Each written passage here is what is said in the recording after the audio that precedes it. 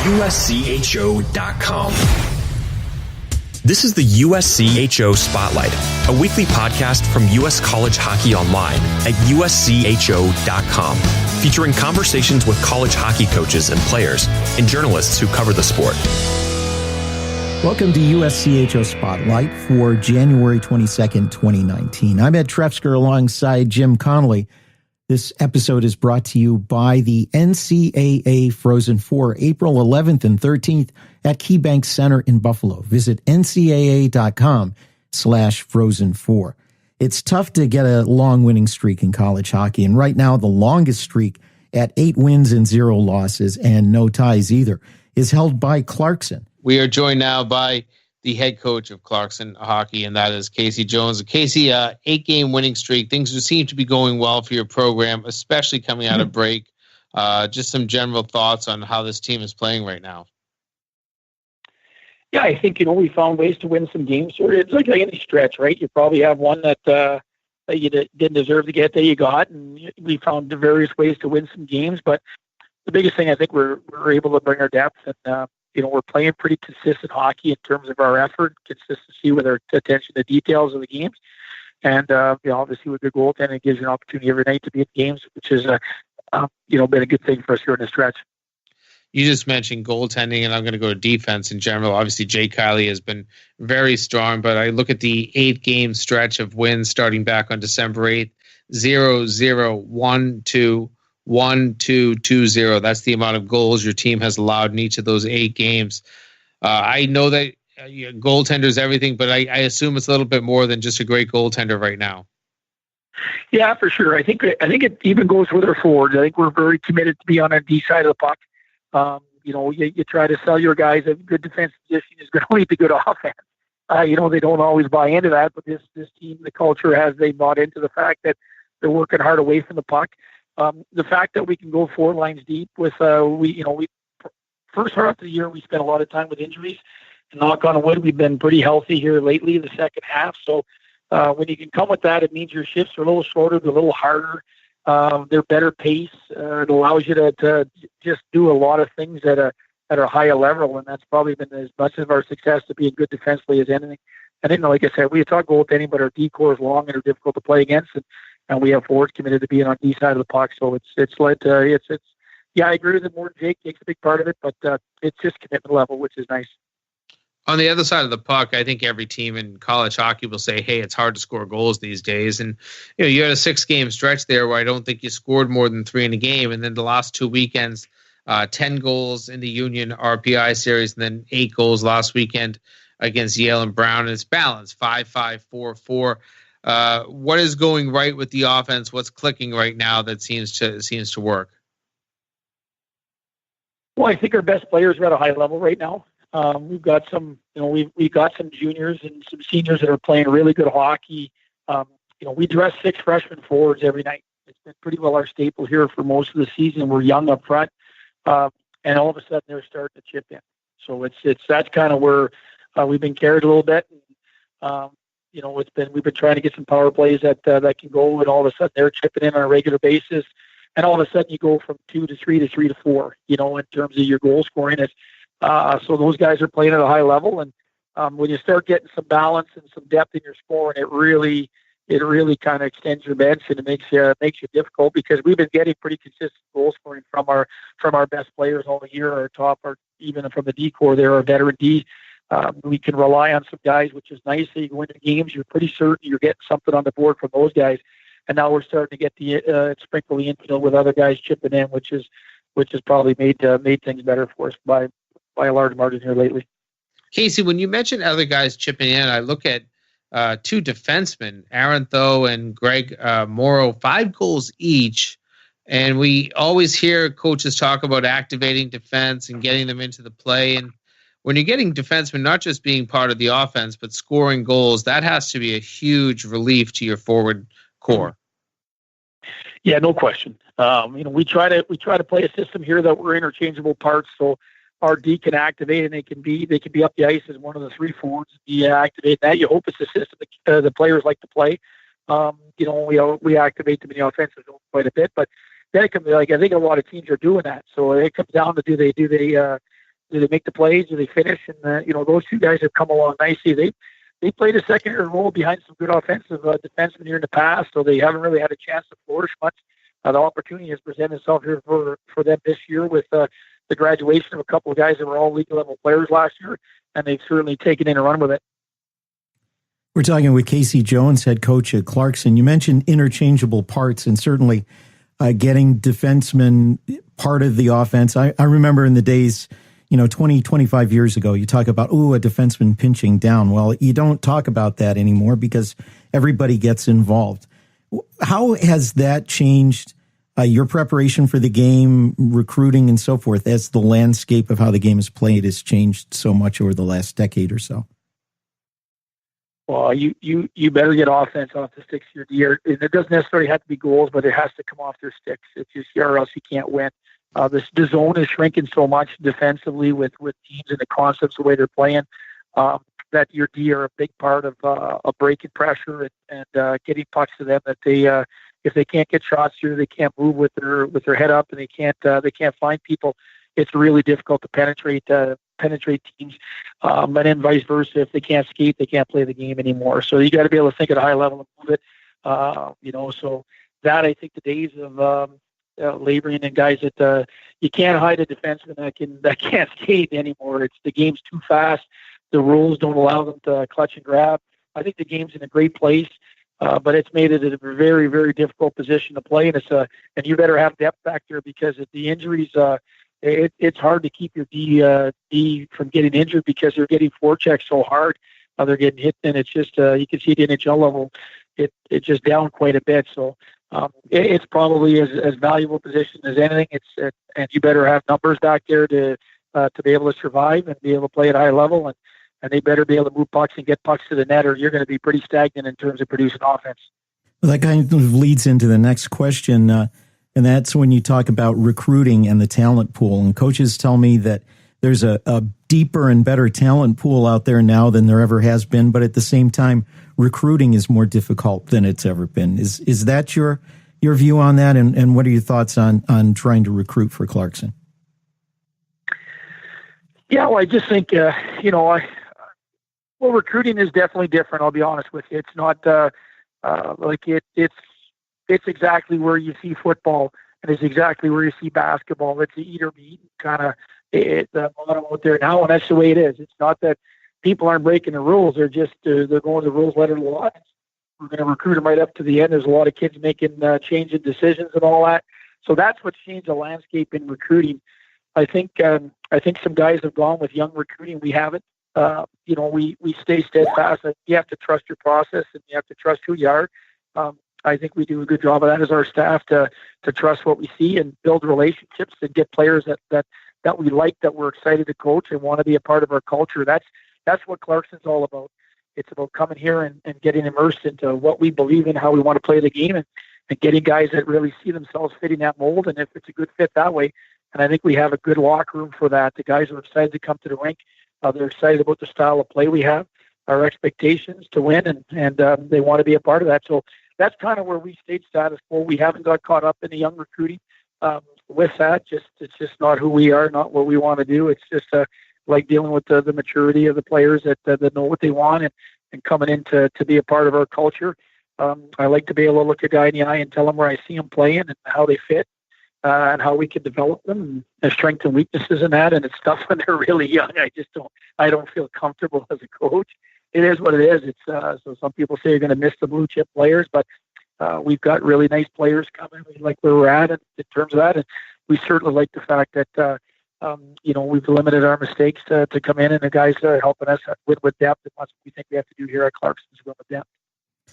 Certainly, you can argue that the ECAC has become more and more competitive over the last few years. And even right now, as we're recording, just 3 points separating the top 6 teams in the league.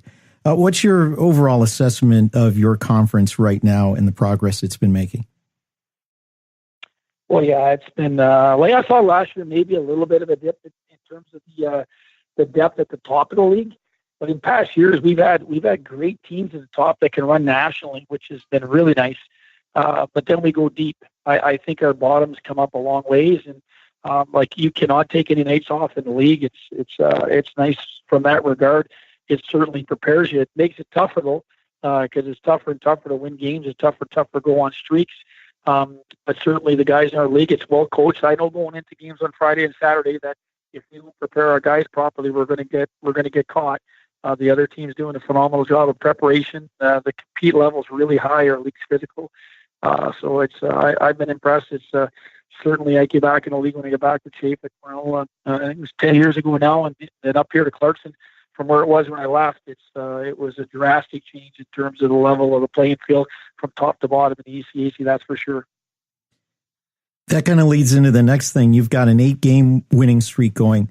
Do you have any concerns or any approaches that you take on trying to, on one hand, keep that momentum going and also avoid maybe some complacency or the idea that maybe it's easier than it actually is? Well, the nice part is we had a long win streak last year with some of our vets, and it caught us. We kept warning our guys that we weren't playing the game the right way as we were going through that. And, film wasn't lying, but it's tough. I think we got in the double digits last year, and then it was tough for us to get out of that funk. And then we all of a sudden you're into it where you lose a couple of games, and all of a sudden then you get banged up and you get sick, and it turns really fast. Like it can turn a corner real quick. So, we've got some leadership in our locker room right now that I think is doing a better job of just focusing on game by game. And we had our young team first half. We got nipped. We didn't prepare properly a couple times, and we lost some games that we just didn't play well in. I'm okay with losing a game if the other team if it's mano to mano and they show up and they outperform us. But compete level, we're not going to be perfect most nights, but as long as our compete level's close to that, we accept what the game gives us here at Clarkson. That's our motto. We go about it that way. Last year we didn't. We kind of got loose, and it caught us. So I'm hoping the maturity level of our group is the fact that they're juniors now and seniors that have been through it. They can help the younger guys understand that we're not focused on who we're playing. It's every game's the same. Every 2 points means the same amount in the league standings. And we just got to be prepared every night to play. So I'm hoping that last year's experience will carry us through this year. More with Casey Jones in a moment. First, this word from the NCAA Frozen Four, April 11th and 13th at KeyBank Center in Buffalo.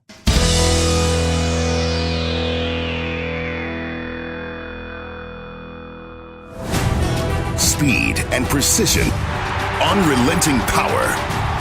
This trophy is not given, it must be earned. The 2019 NCAA Frozen Four, April 11th and 13th at KeyBank Center in Buffalo. With a shot, saved by Morris. Takes the shot, Visit ncaa.com/Frozen4 and get your tickets today. This is the USCHO Spotlight podcast, and we are joined by Casey Jones from Clarkson University. And Casey, you've talked a little bit about last year. An NCAA tournament appearance, I think, is always kind of that benchmark for a school, and it had been a decade since Clarkson had been there. What does your team learn, and how much can they use that experience from last year in this season, just from being in an NCAA tournament a year ago? Well, I think it started a few years back when we started making sure we tackle the non-conference schedule of playing the best teams, to put us in those environments, to get that flavor that you want to be in those environments, you want to get in those games. I think that's what it's all about, right? You want to play in meaningful games, and then I thought the last 4 or 5 years we were even scratching the surface, and last year we kind of broke through and won some games that got us to that postseason. We had 21 season before, but we couldn't win any of the meaningful games to get us to have that credibility to get in the tournament or get enough comparisons to go with. You're trying to get over top of that hurdle to do that. We broke through that last year, just tasting it, get experience it. It goes a long way for your locker room that they want to get back and they want to get a crack at it. So that's the main thing. It propelled us, I thought, in the off season. You hope that's what it does. You don't get complacent. You hope it impacts your spring training you have with your guys that you're allowed to do at school. And you hope it propels them in the summer to come back in good shape and, take care of their bodies over break. Things like that, it tells you, and there's a reflection on your team that when they come back after break and they're in pretty good spirits, they're in great shape, and they haven't let things fall off because you've been gone for 10 or 12 days. That's usually a good sign for your team, and that's what our kids did this year. So it means to me that their experience last year, they'd like to experience that again, and we're gonna try to carve our niche and try to get it done. It's not easy. There's a lot of hockey left. There's a lot of good teams out there, so they know any given night. We lost the game first half. I think we were down 12 spots in the pairwise. So we're holding our breath here. Just we're going game by game. So it is what it is. But it's fun. There's expectations now. Our guys expect to win, which we've been trying to develop that. So that's probably the biggest change in the culture in that. So hopefully that'll it'll bode well for us down the stretch here. Since your team came back from the break, you went to Arizona for the Desert Hockey Classic, arguably the best of the holiday tournament fields, where you came away with the championship. You went to Vermont. Last weekend, Yale and Brown were your destinations, and it was a very long trip from what I'm told, back with these snowstorms. This week, you're going to get back on the road. It's Harvard and Dartmouth. This road can be a cruel place sometimes, but your team, at least since Christmas, seems to be handling being away from home a little bit better than the average. Yeah, because we didn't handle it very well first half. I'll be honest with you. We were kind of anxious to get back at it to prove that we could win on the road. We certainly told our boys that. We're like, hey, right now people don't think we can win on the road. We didn't do a very good job of that the first half. But it is what it is. We lost 2 games at Penn State in that union, so we lost in some good places that a lot of teams can do. But you got to find ways to win games. Yeah, we don't. We try to just go about our day. Like, the one thing we try to eliminate here is excuses. Whether you travel, you're stuck, or whatever it may be, it is what it is. So let's just play the game right. Let's play the game hard. Let's lay it on the line and see where it shakes. So we'll try again that this weekend. Looking at the 2 teams, I've already had a chance to look at our opponents this weekend. Harvard, Dartmouth, 2 extremely good teams, another 2 good teams in our league. So an extremely tough weekend ahead of us here for our program. Tell me a little bit about what you've learned about each of those teams. Obviously, Harvard and a guy like Adam Fox, that's a pretty dynamic player. And Dartmouth, every time I seem to look at them, they're scoring a lot of goals, and sometimes they have tough wins and tough losses, but that's a team that can be primed for an upset any night as well. Yeah, they swept us last year, so we have a lot of respect for Dartmouth. They were young last year, and they took 4 points from us in the league. So we're not overlooking Dartmouth by any stretch of imagination. Like you said, they've beaten some great teams this year. It's tough to be consistent, so teams are going to have wins and losses. I just know that they're right at the top of the league, which means they've got a tremendous team. I have a lot of respect for Bobby and his staff. You look down the, we had an important game last year at Harvard at the end of the year, and I'm sure they've got this date circled on their schedule, but just like we have a date circle on our schedule for Princeton. It's just, you start to build some meaningful games at teams at the right time of the year. You start to have a little bit of a rivalry there. So I know that Harvard, they got some really nice young players there. They always have a ton of talent. I'm not sure anybody in the country has the depth of that offensive decor that they have. So just looking at that this weekend, I mean, there's both teams going to present some huge obstacles. We'll try to take away what their strengths are and see if we can't survive to get points in a row to what our goal will be here this weekend.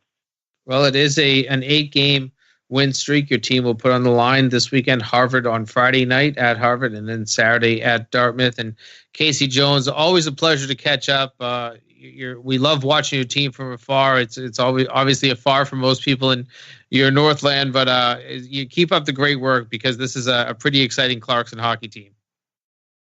Appreciate it, Jim and Ed. Appreciate you having us on and talking Clarkson hockey.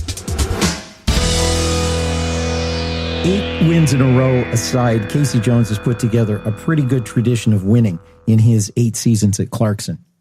Yeah, I mean, this is a team, obviously, that comes off an NCAA tournament appearance, but they had 2 teams that won 20 and 21 games, respectively, and missed the NCAA field. So he's consistently been pushing this team to be better. They have improved, it seems, almost every season he's been there. And, he's restarted a tradition of winning there. And not to say that team ever really fell off that, but there were some thin years there. And I think since Casey Jones has been there, he's reinstituted a pretty good culture, and they seem to put forward some very good teams. Obviously, it's a tough area to recruit to, the North Country.